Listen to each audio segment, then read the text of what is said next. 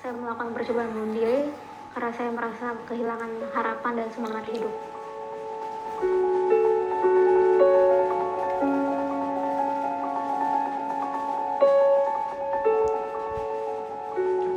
Aku percaya akan ada surprise besar yang menarik ke depannya dan aku pengen hidup untuk itu.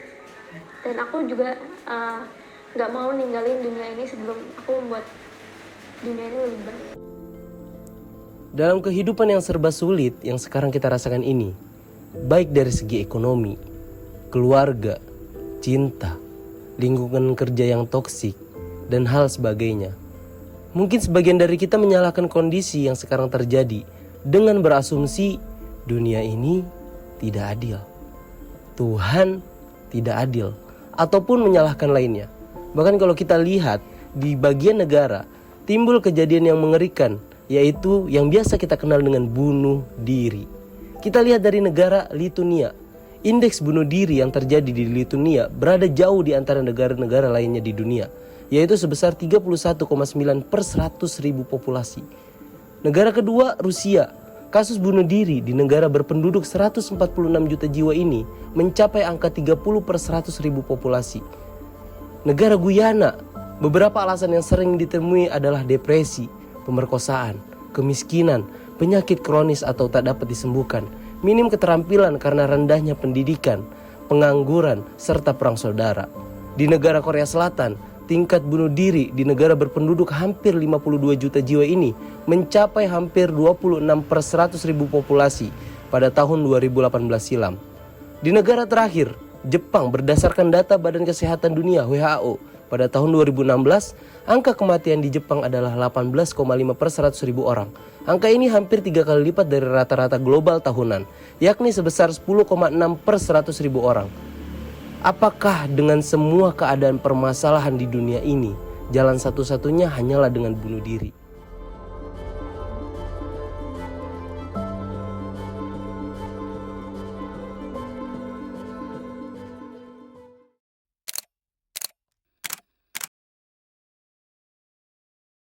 Menurut perspektif agama Islam, ketika kita sudah mengetahui kurikulum hidup, sudah mengetahui tujuan hidup, maka tidak akan ada lagi yang namanya bunuh diri atau depresi karena masalah di kehidupannya. 4 hal yang harus kalian ketahui untuk menghadapi masalah, atau 4 hal agar kalian mempunyai tujuan dalam hidup.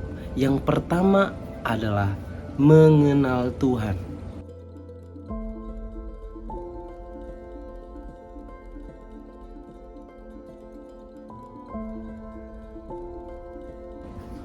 Ayat ini menjelaskan bahwa kita hanyalah seorang hamba. Hakikatnya, setiap kita hanyalah seorang hamba yang ditugaskan untuk beribadah. Maka jelaslah tujuan kita ketika kita tahu apa dari tugas kita.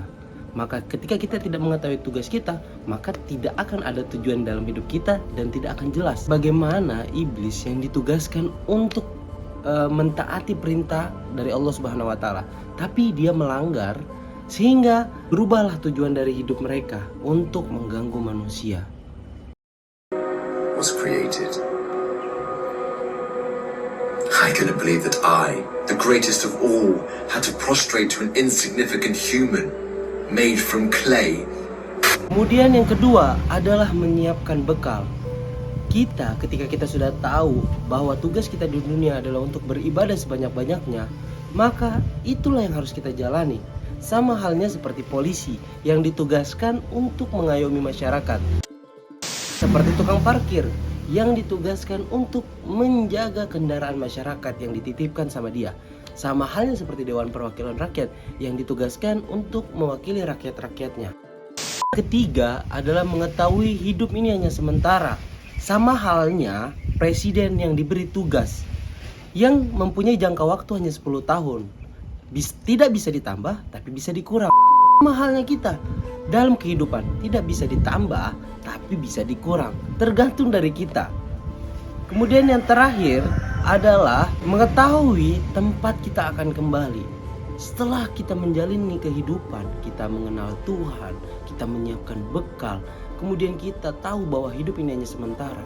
afterlife dari hidup ini adalah akhirat. Dan akhirat pilihannya hanya dua, surga atau neraka. Tergantung dari kalian atau dari kita semua pilih surga atau neraka. Kalau ingin menjalani kebaikan, kita pilih surga. Kalau kita pengen memilih keburukan, malah jatuhnya di neraka. Maka dari pandangan Islam, ketika kita sudah mengenal kurikulum dunia, kita sudah paham tujuan kita, maka tidak akan lagi terjadinya namanya bunuh diri atau depresi atau lain sebagainya. Mungkin dari itu sekian, terima kasih.